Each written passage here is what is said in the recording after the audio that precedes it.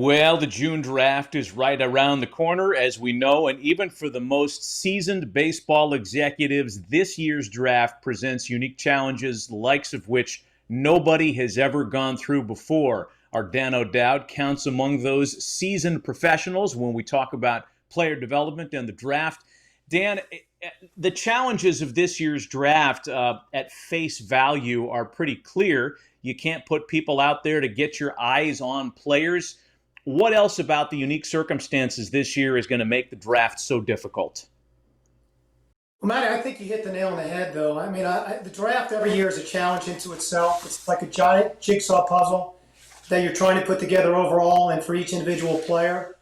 And, getting that ability to touch the player, feel the player, and watch that player play as many Zoom calls as you may want to have. The game is played in between the white lines, and the player tells a story in between that white line, whether it's batting practice or infield practice or watching his bullpen sessions. It's a collection of information that you try to then apply in a process that allows you to be successful. This year, you're going to have a lot of incomplete information on each and every player. Well, and in the minds of many, kind of an incomplete process, but for reasons we know to be very accurate and very valid, the league decided to go only 5 rounds deep this year because of the environment that we're in. What happens after the 5 rounds? Is everybody undrafted then a free agent? It is. If you're draft eligible, you're able to sign for $20,000 or college scholarship plan if you're still in college or a high school player. And so that's going to be an interesting process because it's the first time players can actually choose where they're going to go to. And, clubs are going to have a limit on the number of players they can bring in, but they still are going to be very, very aggressive, Matty, in trying to bring in the premium juniors that show they want to sign or seniors that will definitely be available. Not sure how many high school players will fall into that category. But I think it's going to be a very competitive environment, almost harking back to the days, Matty, prior when there really was a draft. I know that one of the unintended consequences, Dan, of limiting the draft to just 5 rounds is a possible thinning of each organization's player development department, which is terrible in our business. What else might happen as a result of only 5 rounds of drafting this summer? Well, a couple things. Number one, I think you're going to see less big leaguers that have come for the draft at any point in time within our history.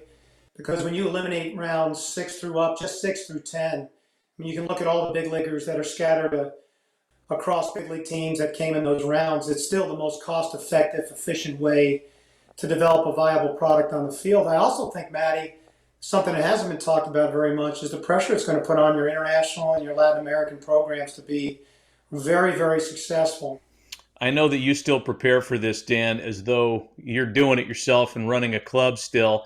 And we benefit from a lot of your insights as you'll be a part of the draft coverage here on MLB Network. Give us one player that you're most excited about, or at least intrigued with this year. Well, I'm excited about a lot of them. First of all, I'm going to tell you personally, I've had a chance to see a lot of these high school kids over a number of years, just simply because my son Jack was on that same trajectory of playing with a lot of these kids. So I was blessed to actually see these kids perform in between the white lines. I got to see them how to interact with their teammates, how they handle success or failure. I think this, for me, is one of the deeper drafts that I've seen in a long time, probably since 2014, which I thought was an incredible draft.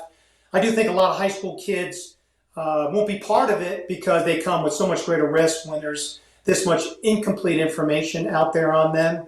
But one high school player in particular that really excites me is a young shortstop in Chicago, a high school player named Eddie Howard. Just a pure defensive shortstop, Matt. Tremendous actions defensively, very graceful, really accurate arm, moves well laterally, does everything under control. I heard some lower grades on the bat. I think the bat's going to be very, very good. And if you want to dream a little bit on this kind of player, you can dream a little bit like a Barry Larkin. I mean, I do think this kid has a chance to be special, and I think he's going to fall deeper in the draft. And I think one club in particular who takes him is going to look back at this draft in 10 years and realize they got a really special player. Wow. There's so many things that make this intriguing. Coming up on MLB Network, the June draft, we'll have it live right here. Dan O'Dowd will be a part of the coverage. Dan, as always, thanks for the insights. Thanks, Matty.